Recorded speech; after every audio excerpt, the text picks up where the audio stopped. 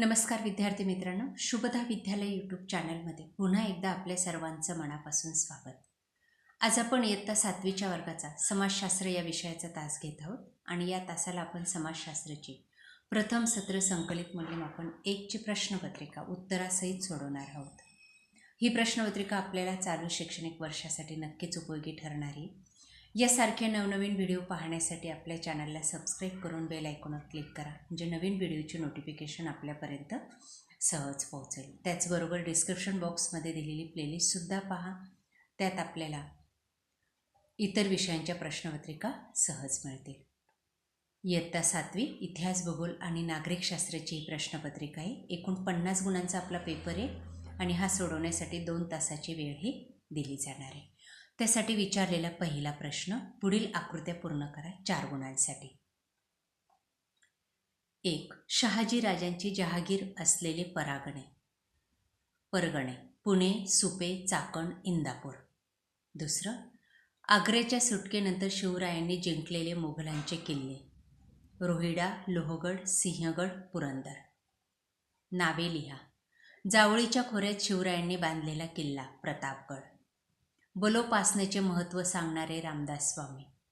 गुजराती भाषेचे आद्य कवी नरसिंह मेहता. उदयसिंहाचा पुत्र महाराणा प्रताप. प्रश्न दुसरा, वाक्य दुरुस्त करा 3 गुणांसाठी. 1. संविधानाची उद्देशिकेची सुरुवात आम्ही भारतीय लोकप्रतिनिधी या शब्दाने होते. आम्ही भारतीय लोक या शब्दाने होते. न्यायाधीशांची नेमणूक राष्ट्रपतीतर्फे होते. गावाचा कारभार नियमांच्या आधारावर चालतो. गटात न बसणारा शब्द सिंधुदुर्ग. दुसऱ्या गटात न बसणारा शब्द बरीदशाही. त्यानंतर काव्यपंक्ती कोणाच्या ते लिहा. संत तुकाराम, संत सावतामाळे. एका वाक्यात उत्तरे लिहा. तवारीख म्हणजे काय? बघा, या ठिकाणी उत्तरं पण दिलेली आहेत. दुसरं आहे, रामानुजांनी समाजाला कोणता उपदेश केला? तिसरे, बुद्रुक म्हणजे काय? शहाजीराजांनी मुघलांना प्रखर विरोध का केला? या सर्व एका वाक्यात प्रश्नांची उत्तरं आपण लिहायची आहेत. बुद्रुक म्हणजे मूळगाव. रामानुजांनी केलेला उपदेश म्हणजे ईश्वर सर्वांसाठी आहे, तो भेदभाव करत नाही. तवारीख म्हणजे काळाचा निर्देश. आणि शहाजीराजांनी मुघलांचा दक्षिणेत प्रवेश होऊ नये याला विरोध केला. ब भाग आहे, संकल्पना स्पष्ट करा 3 गुणांसाठी. 1. संविधान दिन. दुसरं आहे राज्यशासन. तिसरं आहे समता. प्रश्न चौथा, का ते लिहा. मध्ययुगीन भारतात धार्मिक समन्वयाला चालना मिळाली. दुसरे, शिवरायांनी अफजलखानास ठार मारले.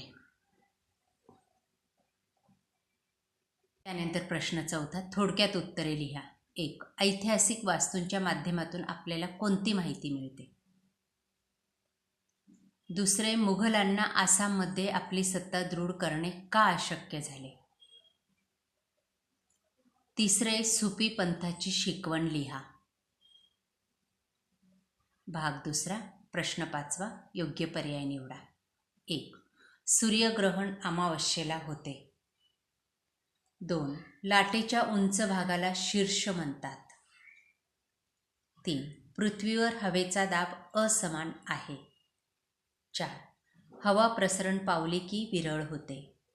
5. हिवाळी पर्जन्य हे भूमध्य प्रदेशाचं वैशिष्ट्य आहे.